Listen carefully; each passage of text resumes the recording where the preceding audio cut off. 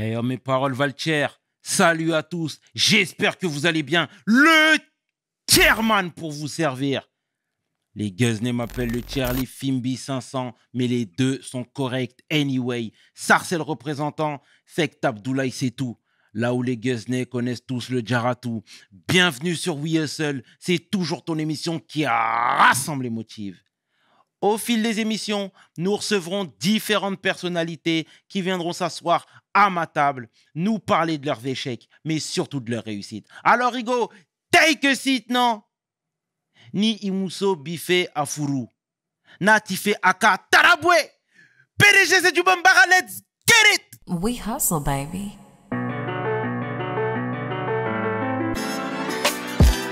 Le chairman.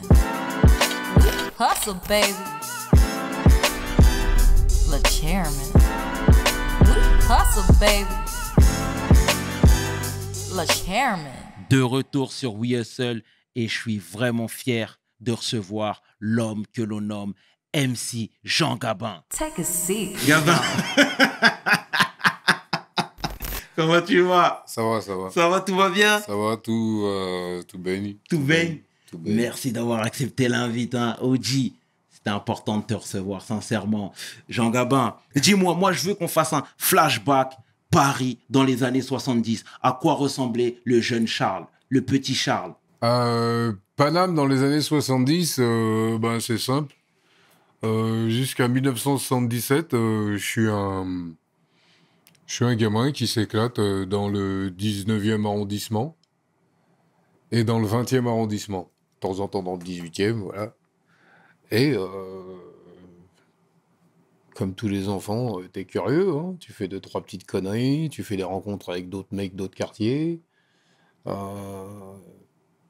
t'apprends à faire du rugby, la vie elle est belle, t'es en famille, tu vois ce que je veux dire. Voilà. Et après, fin 70, ben, c'est là que tous les problèmes arrivent, où mon père décide de tuer ma daronne, ce qui fait que après c'est plus du tout, t'es plus du tout sur la même trajectoire. Voilà, t'avais une trajectoire qui était complètement africaine.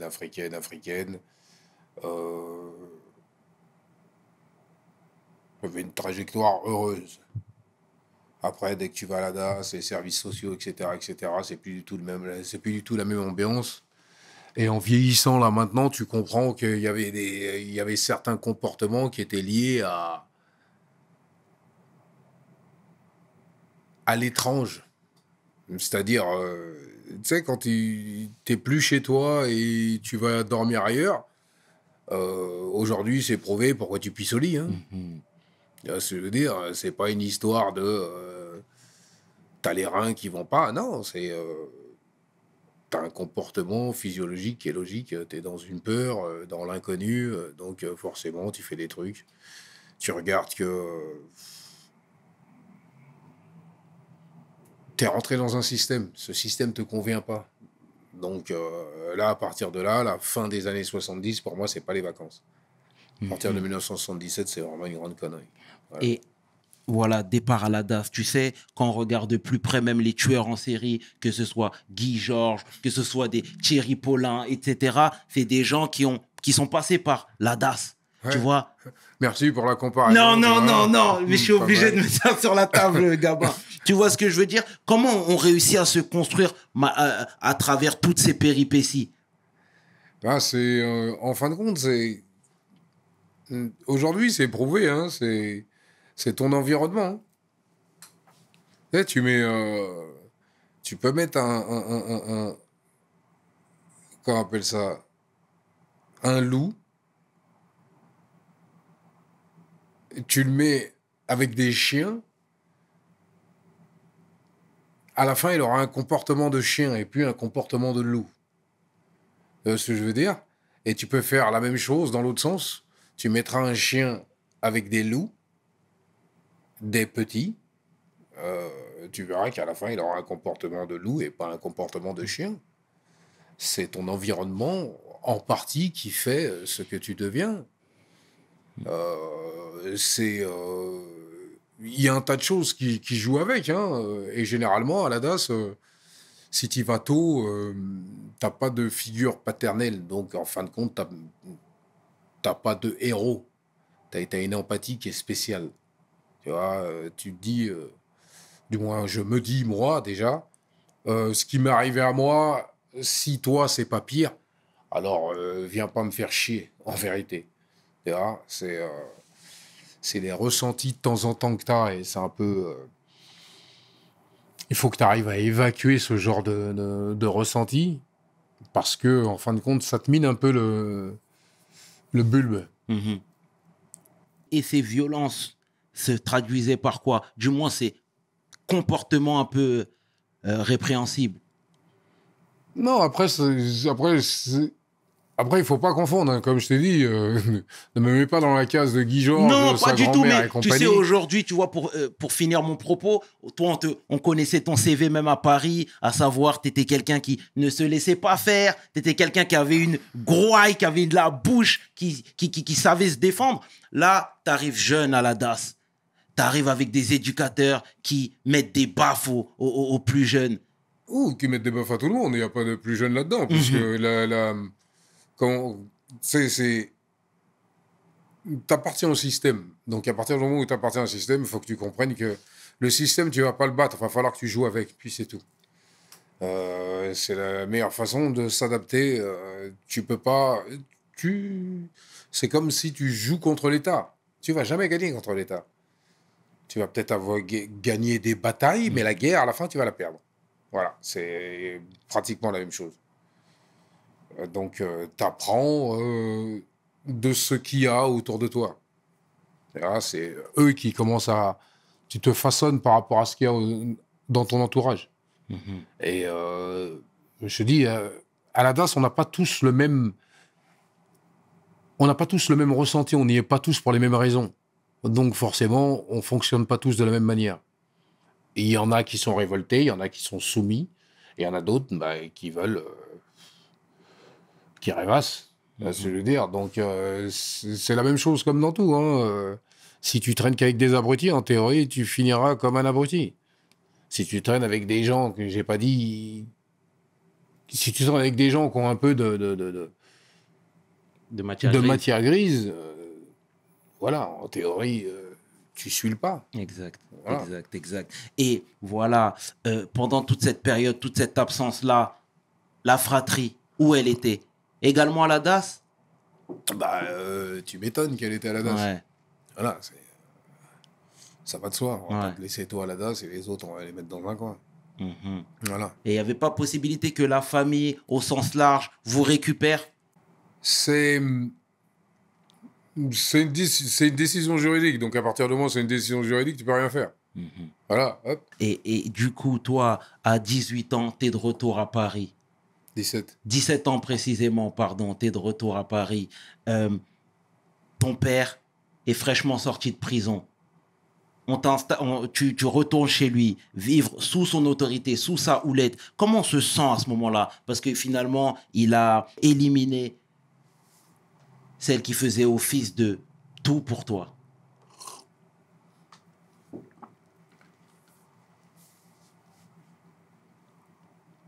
Tu réagis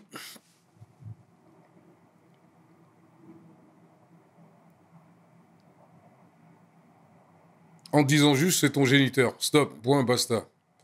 Et ce soir, faut que j'aille dormir quelque part. Donc, autant que ça soit chez lui, que dehors. Ça s'arrête là.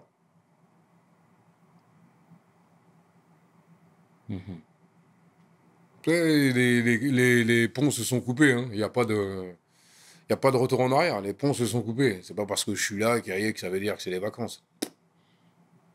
Ça, c'est... Tu apprends à... J'ai appris à montrer une facette.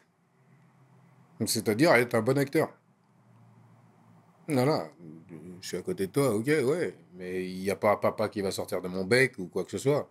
Je vais avoir l'attitude d'un fils qui est là sans être là. C'est tout. Je fais un acte de présence, ça s'arrête là. Et le jour où t'en as marre de l'acte de présence, tu n'achèves, c'est tout. Et la fratrie. La fratrie, elle est... J'ai toujours eu des contacts avec les mères, donc là-dessus, j'ai pas de souci avec la fratrie. D'accord. Je sais où les gens sont, je sais où les gens sont, je sais où les gens crèchent, donc ça va. Tu arrives à Paris, on est à peu près au milieu des années 80, là. Il y a l'arrivée du rap. Comment tu prends ce mouvement, ce nouveau mouvement? Et le rap, je le vois comme un échappatoire à toute la merdouille de musique qui nous mettent depuis qu'on est né. Dis-moi, moi, personnellement, ce que je pense. J'ai jamais été fan de la musique pop française. Tu vois, France Gall, Jodassin, compagnie, Michel Sardou, Johnny, compagnie. Parce que la raison, elle est simple.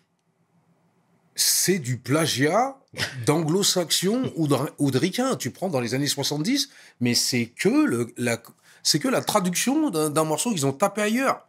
Et à un moment, tu dis, what the fuck? Et je suis censé vous regarder. Et quand le hip-hop est arrivé, justement, on avait autre chose. Et on avait une musique qui nous parlait à nous. Et, on avait, comment dirais-je, cette soif de devenir américain.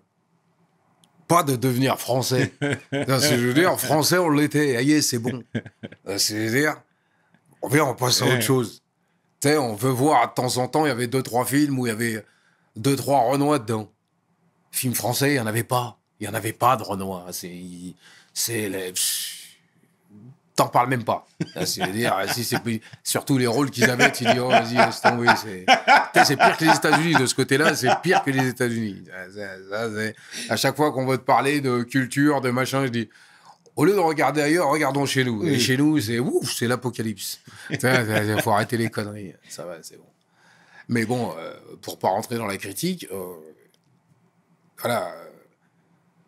Le premier Gus qu'on voyait à peu près, c'était Shaft. Et c'est pas tout le monde qui voyait Shaft, parce qu'il fallait avoir les cassettes. Si tu savais où chiner les cassettes, c'est bon, mais sinon, il a fallu que t'attendais Eddie Murphy. Hein. Quand Eddie Murphy est arrivé avec 48 heures et le flic de Beverly Hills, tu vois autre chose. Parce que je veux dire, voilà. Mais tu sais, toi qui n'es pas très alerte sur, sur Internet, etc., et sur tout ce qui sort, tu sais qu'il y a des vidéos de toi qui sont ressorties, tu étais au Globo, tu étais en train de smurfer avec Kenzie Bouboule. Tu les as vus, ouais? C'est normal. Bien. Ouais, moi, mais t'étais prêt, hein? Mais tu dis, à cette époque, tu sais, c'est un nouveau truc qui vient d'arriver. Après, t'as la danse, HIP, HOP, Sydney, compagnie, Baratin, mais ça, c'est TF1. Ce que je veux dire, même toi, à un moment, à l'âge que t'as, tu reluques le truc et tu dis, bon, tu vas arrêter un peu avec ta chaîne électrique, prendre du machin, tu danses comme une feutrue, voilà, c'est bon. Il y a un moment, tu es là, tu dis, bon, lui, il en fait trop. Mais nous, on était... tu sais, il y a un film qui reflète ce que nous, on était, c'est Beat Street. Beat Street, t'as deux visions du hip-hop. T'as les rêveurs, ceux qui aiment faire des graffitis, que tout le monde fait des bisous, les Zoulous, etc., etc. Et t'as de l'autre côté les rockers, ceux qui ont une activité parce qu'ils sont obligés d'avoir cette activité pour becter et qui sont plutôt du côté... nous, on a la musique, on danse, mais on a besoin de becter. Alors, si on a besoin de becter, on y va par tous les moyens. Voilà, stop. Et quand tu regardes Beat Street, nous, c'était ça. Voilà, du moins, moi c'était ça. Ça, c'était clair et net. C'est vraiment... c'est l'accélération dans ta vie. C'est vraiment le hip-hop. Ouais. Je me suis jamais identifié à un film... de ricain, même quand ça tire ou ça tire pas. Hein. Scarface, je l'ai vu, c'était pas mon délire. Il a regardé, il dit, ouais, ok, t'es pas Renoir, je m'en tamponne. Je veux dire, Boys in the Hood. Boys in the Hood, c'est trop marrant. Franchement, c'est des golemons tu sais, qui mettent des chemises à 35 degrés, serrées jusqu'à là. Les mecs, ils calent, on dirait des canards. Voilà. Et est-ce que ce nouveau mouvement a pas quelque part éveillé ta curiosité, ton intellect, tu vois, ta soif d'apprendre? Parce que tu faisais d'autres rencontres, tu sortais de ton milieu, tu sortais de ton cocon. Non. Ok. Ok. Non. La soif d'apprendre, je l'avais à la DAS. La DAS, t'es emmuré. La DAS, t'as des contraintes. C'est pas... La DAS, c'est pas la vie de cité. C'est pas tu vas voir maman ou papa ou un des deux et tu vas voir les potes le soir, t'as envie de glander ou quoi que ce soit. Non, la DAS, dès le matin, 24 heures sur 24, vous êtes dans le même coin. Vous bougez pas, vous sortez pas de là-dedans. Donc, la seule chose que t'as, c'est le miroir que t'as, c'est soit t'as des permissions pour pouvoir aller voir ta famille. Dans mon cas, de temps en temps, c'était problématique. Donc, tu t'évades. La seule chose que tu fais, c'est que tu t'évades. Là, tu penses qu'à une chose, natchave de l'endroit où t'es. Et s'il faut attendre la majorité, bah, faut attendre la majorité. Mais dans mon cas, j'ai pas attendu la majorité. Voilà. C'est...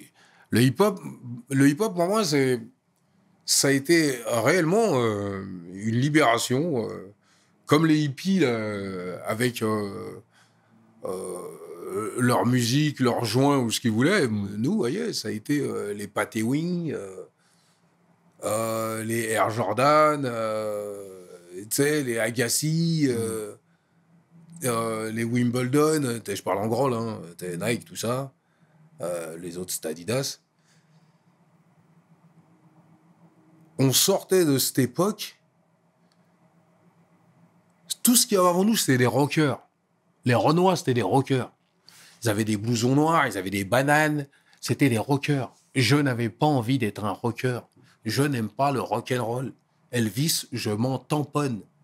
Que je vois un queumé qui est droit comme un piquet et qui bouge les genoux. Et t'as l'impression que là, celui-là, il danse mieux qu'un Renoir. Et tu te fous de ma gueule ou quoi? Quand tu reluques le Gus, tu sais, il est droit comme un piquet. Tu lui enlèves le bâtonnet qu'il a dans le derche et peut-être il s'écroule. Peut-être qu'il y aura un mouvement d'épaule, tu vois ce que je veux dire?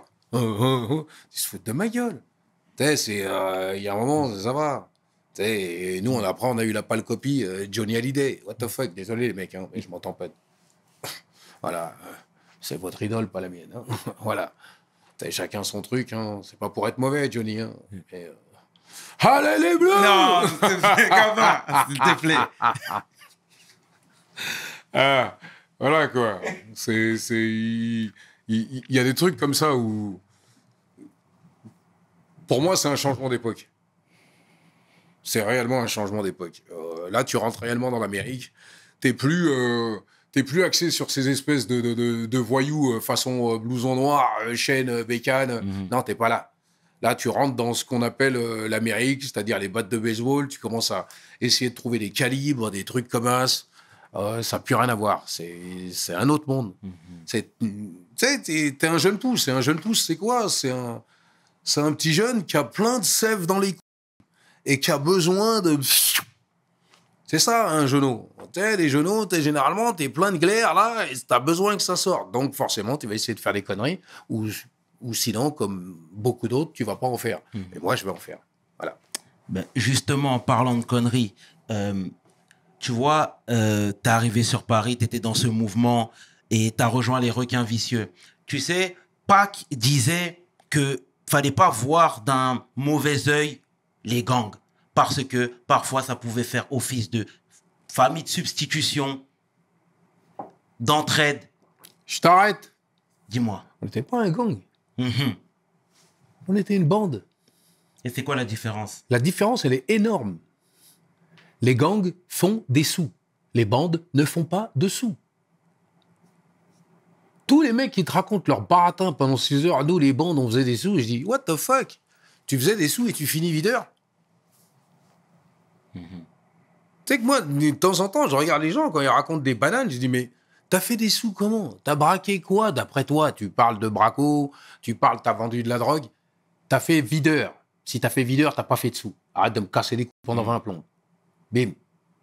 À moins que tu tiens ton quartier, que t'es derby, il n'y a pas de problème. C'est toujours une bonne couve. Mais, c'est pas le cas. Il y a que les Renois qui vont dans les bandes jusqu'à 40 berges. Pas les autres. Parce que les autres, ils font autre chose. Il faut pas confondre.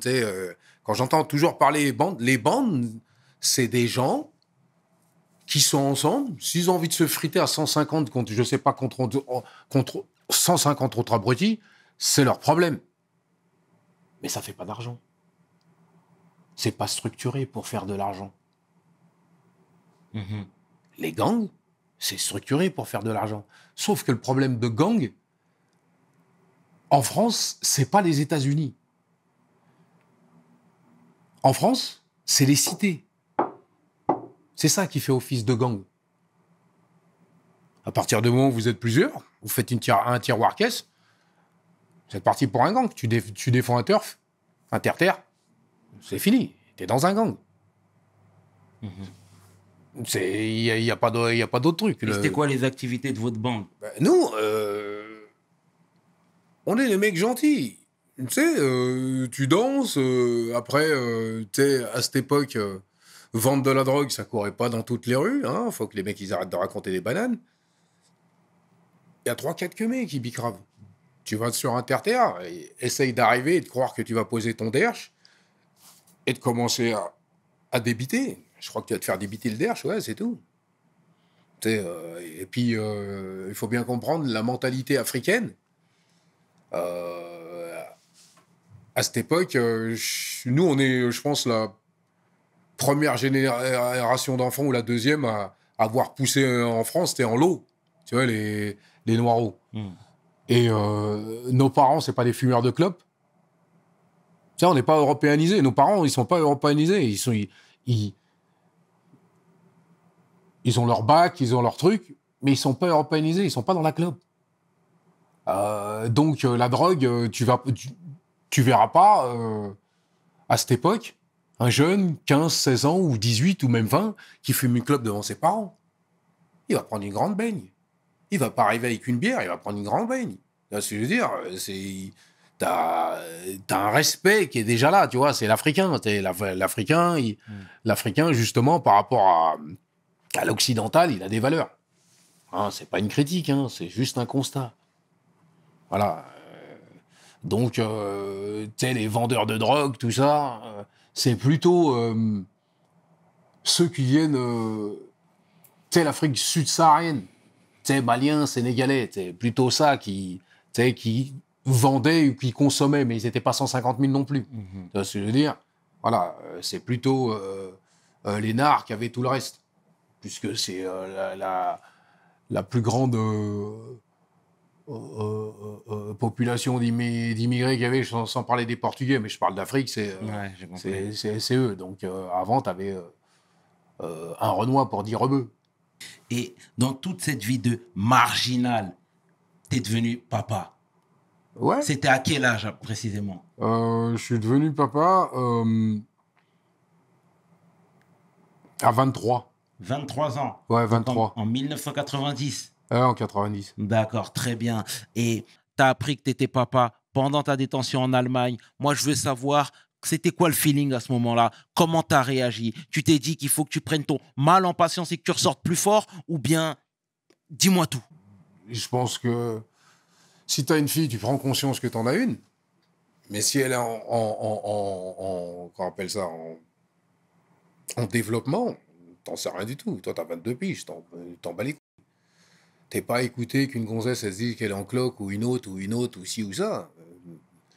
Toi, tu sors en plus de cabane. Donc, t'es pas là dans la paternité, ou etc., etc. Et déjà, t'es pas dans la relation sérieuse. T'es un queutard.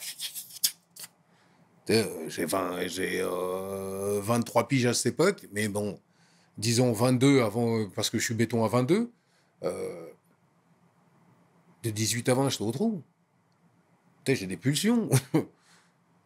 Hey. Donc, t'es pas dans le sérieux. Le mec, il te dit non, je suis pas dans le sérieux. Donc, c'est pas du tout la même chose. Dans ta tête, t'es toujours seul et t'es seul. T'es pas dans un ouais, ma fille, si, ça, banane. Et comment t'as pris la nouvelle, du coup, quand t'as appris que t'étais papa? Bah, tu prends la nouvelle, t'es content, t'es heureux, ouais, chouette. J'ai laissé, comment on appelle ça, une descendance. Mais t'es au trou, donc faut éviter de te prendre le crâne pour rien du tout, quoi. Oublie. C'est là, mais oublie. Il faut faire avec. T'es pas là pour aller mélanger tes sentiments. Tu sais pourquoi t'es au trou. Au moins, tu sais pourquoi t'es au trou. Voilà, donc accepte le fait d'être au trou et ce qu'il y a à l'extérieur, t'en as strictement rien à foutre. Quand je dis t'en as strictement rien à foutre, c'est à mettre entre guillemets. C'est-à-dire, ne montre pas que tu as trop de sentiments là-dedans, parce qu'en fin de compte, tu vas te détruire à l'intérieur. Ta peine, elle est longue. Ben, il faut comprendre il faut accepter le fait de comprendre que tu es en prison. Donc, il faut comprendre et leur faire comprendre aux matons ou etc. que ici, là, maintenant, c'est chez toi. Pas chez vous, chez moi.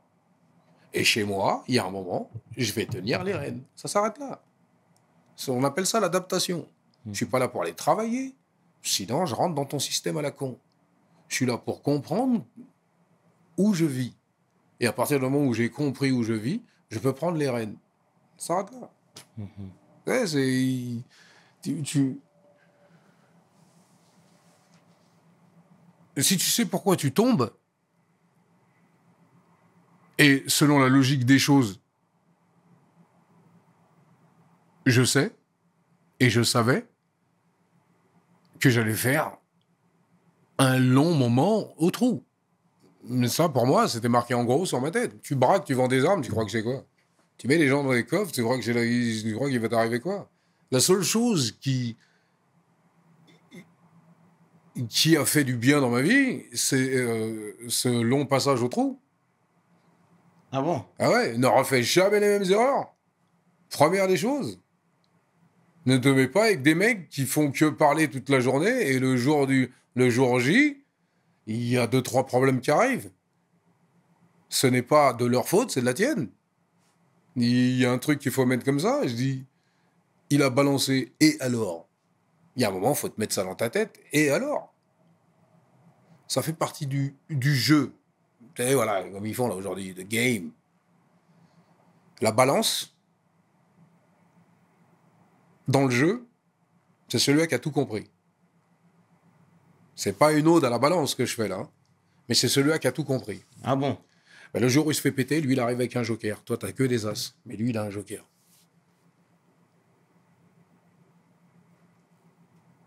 Maintenant, c'est est-ce que tu veux être le propriétaire du joker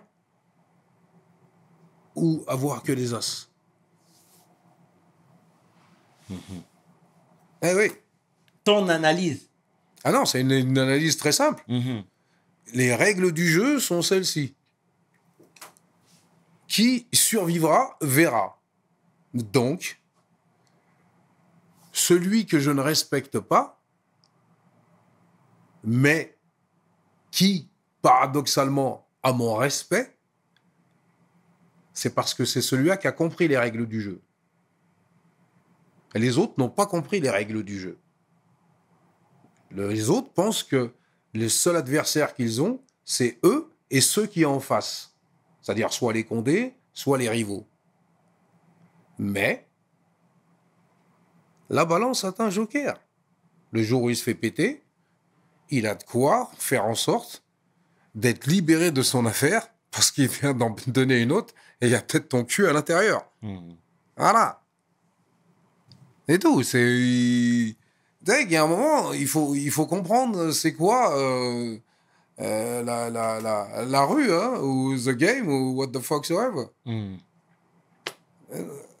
Mais tu vois, malgré tout, comme je l'ai dit, toi, t'as pas peur de partir à l'aventure. Voilà, sous les conseils de Tino, hein, t'es parti en Allemagne. Là-bas, t'as rencontré Jean-Michel, t'as rencontré Martial, des gens qui t'ont beaucoup aidé également, tu vois. Sous ta grosse carapace, sous ta grande bouche, Et c'est pas méchant quand je le dis, tu rencontres toujours des personnes qui te font du bien. Mais comment t'expliques ça, toi? Bien, si t'es ouvert, t'es ouvert. Hein. Tu sais que t'es là pour la découverte. Donc, à partir du moment où t'es là pour la découverte, faut pas rester dans ton coin. Faut aller voir les gens, faut discuter avec les gens.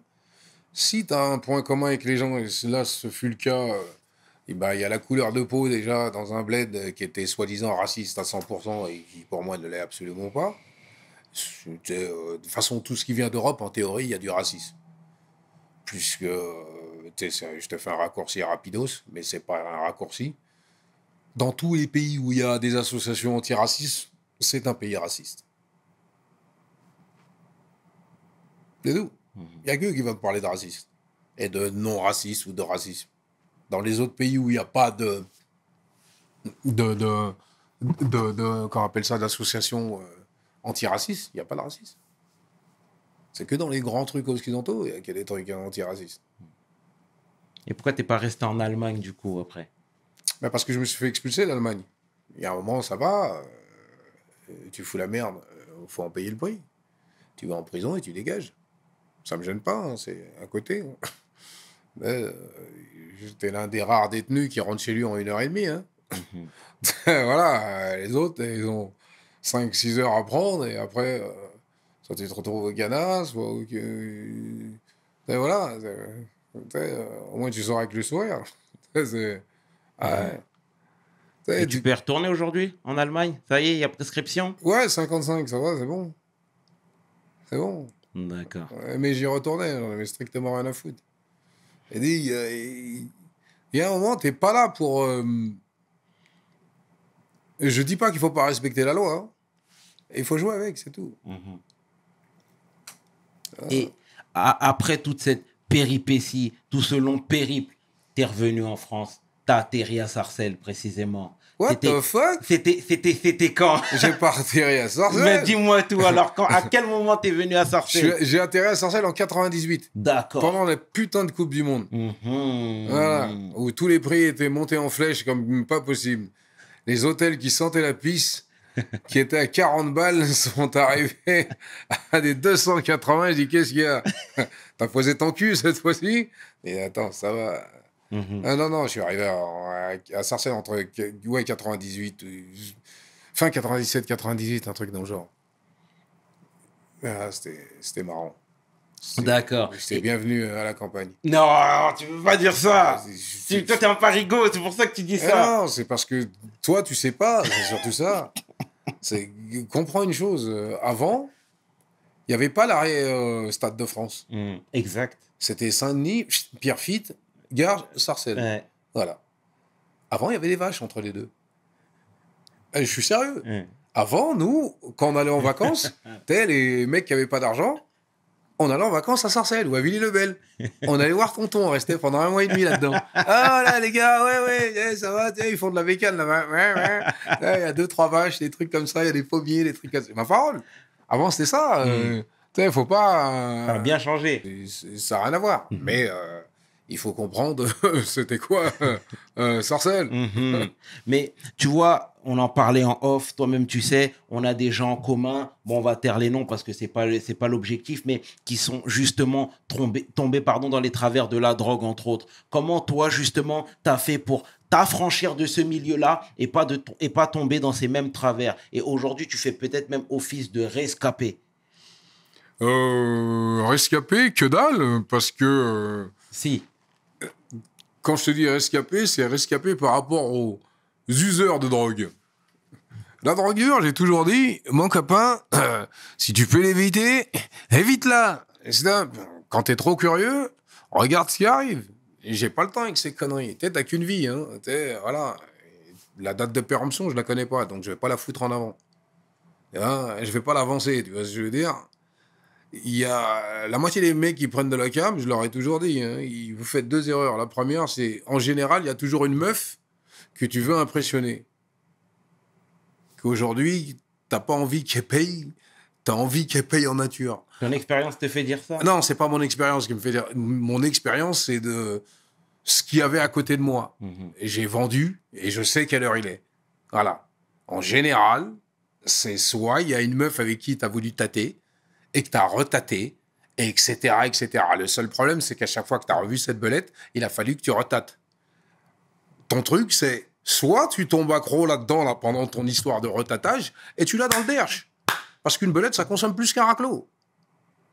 Ah ouais, alors là, tu vas mettre ta chemise, ton bras. Voilà, c'est comme ça. Et il y en a 60%. Je dis pas 70%, mais 60%. Après, le reste, il y en a, ils ont voulu être curieux, peut-être un peu trop curieux, sont restés dedans. Moi, à un moment, tu reluques à gauche, à droite, tu regardes 2-3 queumés et tu dis, avec ça, tu perds ton respect, tu perds tout. Je suis pas né pour ça. Tu vas arriver, tu vas perdre tes chicots, tu vas arriver, tu vas aller chourer ta grand-mère, ta daronne, ton daron, ton pote, ta meuf, et tu ressembles à une loque, j'ai pas que ça à foutre. Tu regardes à côté de toi, tu dis non, c'est pas pour moi. Si gerber ses entrailles, c'est me dire que la défonce, elle est bonne, alors je préfère pas. Tu vois ce que je veux dire. Moi, rien que l'odeur du gasoil, ça me fait gerber. Ah, c'est bon. Cette douleur-là, j'en veux pas. Mais tu sais, moi, quand je parle avec les anciens, on avait même reçu ici Saïd Tagmaoui, que je salue, qui parlait de son frère qui était tombé dans les travers de la moi-même. drogue. Exactement. T'inquiète. Exactement, tu vois ce que je veux dire? Et apparemment, mais les anciens me disent que dans les années 80, c'était l'héroïne qui était à fond dans les cités, qui était à fond. Comment t'expliques que justement, il n'y a pas une prévention qui a été faite après? Parce qu'aujourd'hui, on voit l'arrivée d'autres drogues notamment.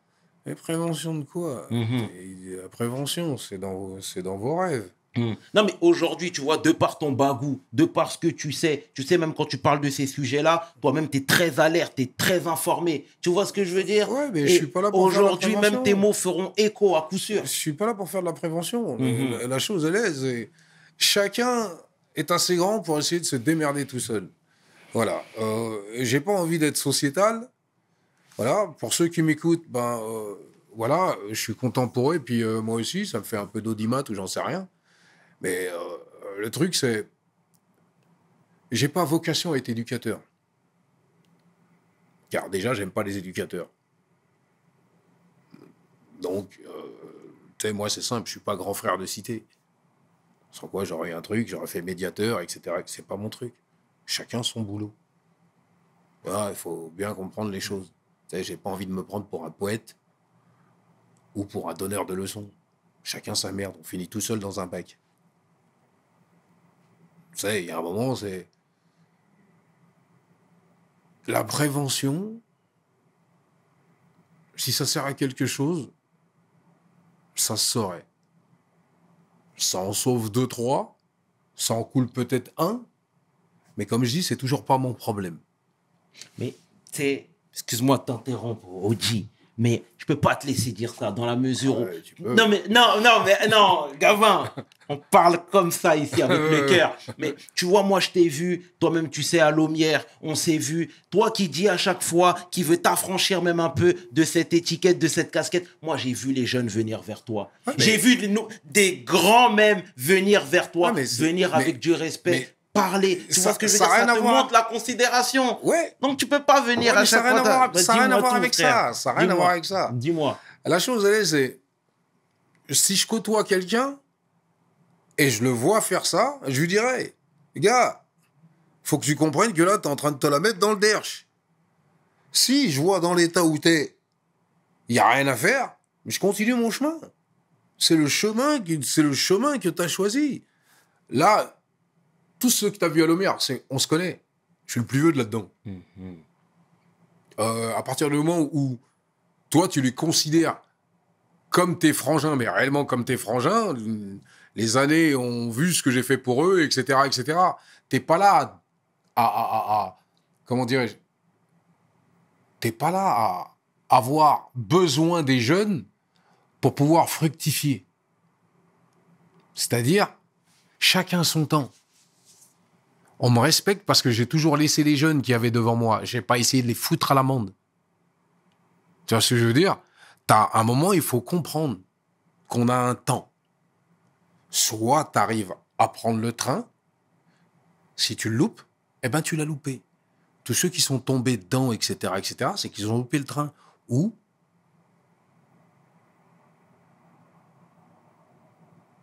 qui n'ont pas su, comment déjà, se reconvertir. Parce qu'à un moment, tu sais, c'est l'adaptation qui fait justement la sélection naturelle.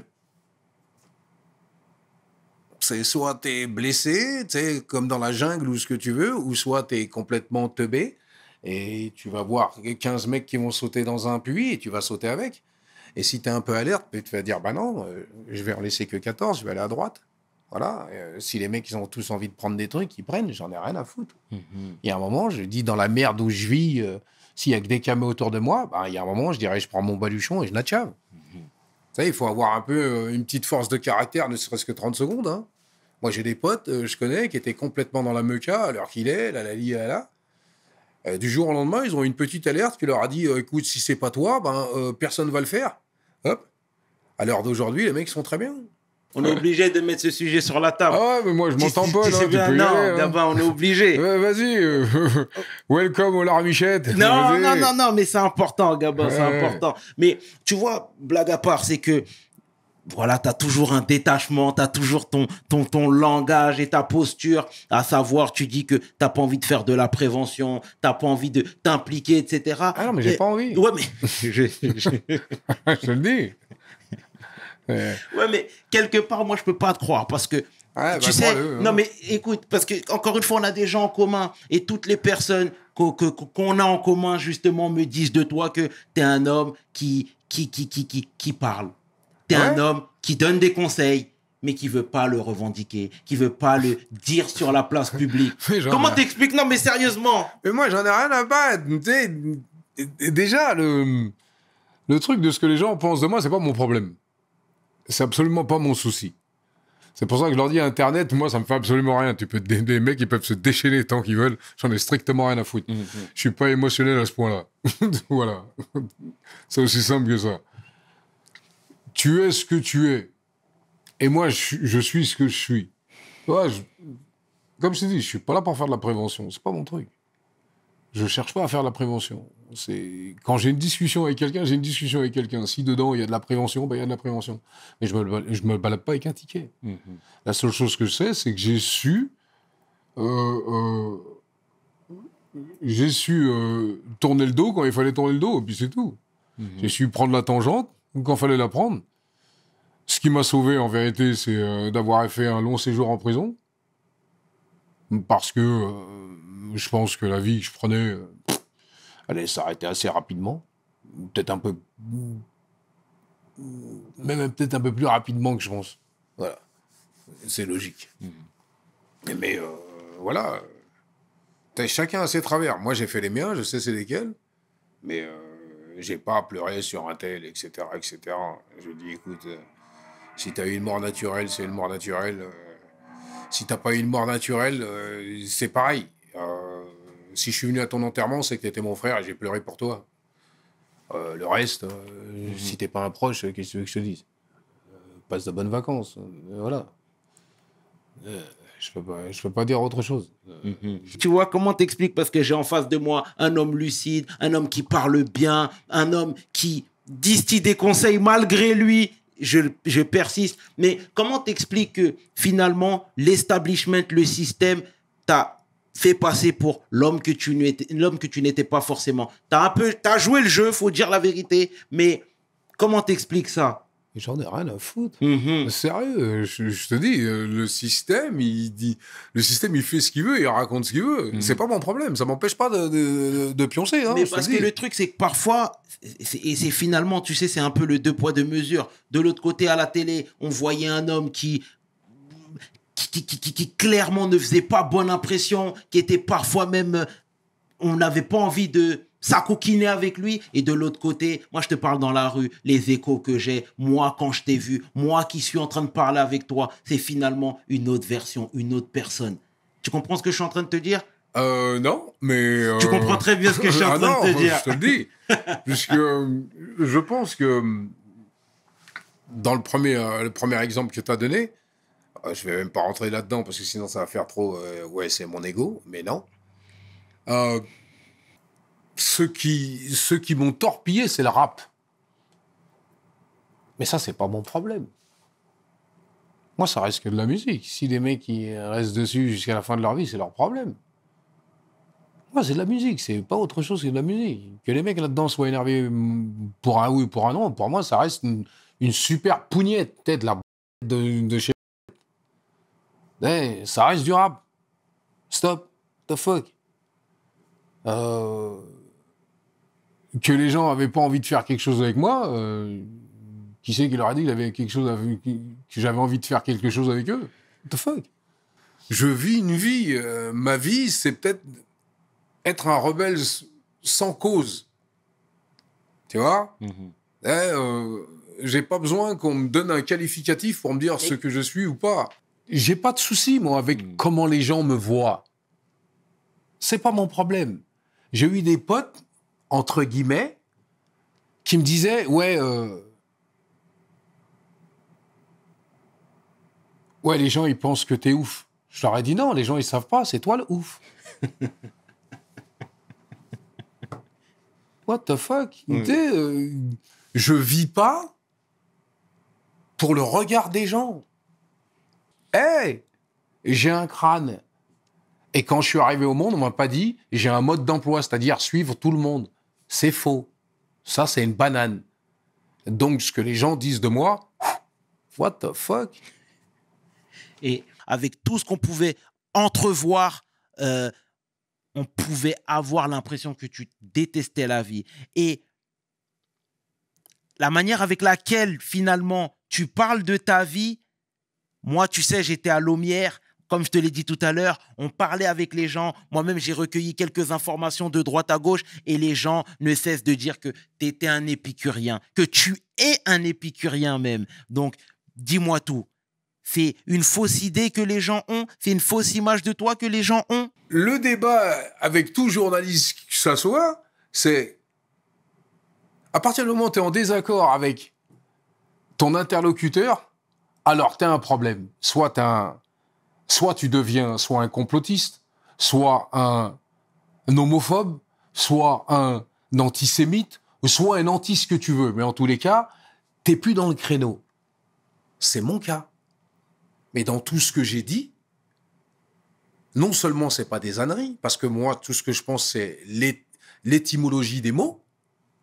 Pour moi, c'est quelque chose de réel, sinon ça sert à rien qu'on aille à l'école. Si c'est changer l'étymologie des mots toutes les 40 secondes, alors tu peux m'appeler ce que tu veux. Mais à ce moment-là, ce qui est vert devient bleu. Voilà. C'est ce que je dis. À partir du moment où tu tombes sur un mec qui a un crâne, ça devient autre chose. Donc, c'est le reflet que toi, t'as de moi. Parce que la personne qui va à la télévision, c'est la même que t'as là. Et qui parle exactement de la même manière qu'il te parle et qui répond aux questions de son interlocuteur. Et si l'interlocuteur n'aime pas la réponse que j'ai, c'est-à-dire avoir une réponse de « oui, t'as raison dans ce que tu dis, ah, il n'y a qu'une version et il n'y a pas de problème, t'es la vérité absolue », ouais, à ce moment-là, ouais, je suis un mec qui n'aime pas la vie, etc., etc. C'est aussi simple que ça. J'ai voyagé pour presque plus que la moitié des gens sur cette putain de planète. La seule chose que j'aime pas, c'est que mon père, il a buté ma daronne. Le reste, je suis pas un carriériste. Je suis un essayiste. Je pourrais être comme Eric. T'es là. Moi, je suis un essayiste. J'essaye tout. Sauf des trucs qui, pour moi, n'ont pas de valeur. Tu mets un billet, c'est pas parce que tu mets un billet que je vais le faire. Tout pour l'oseille, c'est pas moi. J'ai une dignité. La fierté, c'est à Bicrave. Alors, Bicrave, ta fierté, c'est pas mon cas. Il faut bien comprendre ces choses-là. J'ai eu une super vie et j'ai une super vie. Voilà. Pour tous ceux qui en doutent, c'est pas mon problème. Dormez mal, je dors bien. Stop. Bien, bien. Hey, crois-moi. Hey, j'ai fait du cinéma. Grâce au cinéma, j'ai pu aller dans des bleds, le Canada, compagnie, etc. Et les mecs savent même pas c'est où. J'ai pu jouer dans des films en Afrique, en Yougoslavie. What the fuck? et j'aime pas la vie. Oh, j'ai pu aller en concert, on a pu... j'étais en jet privé, j'ai fait le festival de Cannes. What the fuck, j'aime pas la vie. Les gens qui disent ça, ce ne sont juste que des gens qui auraient voulu être à ma place et qui n'étaient pas. Et je leur dis, les gars, j'ai kiffé et je kiffe encore. Bien. Ta-ta-ta.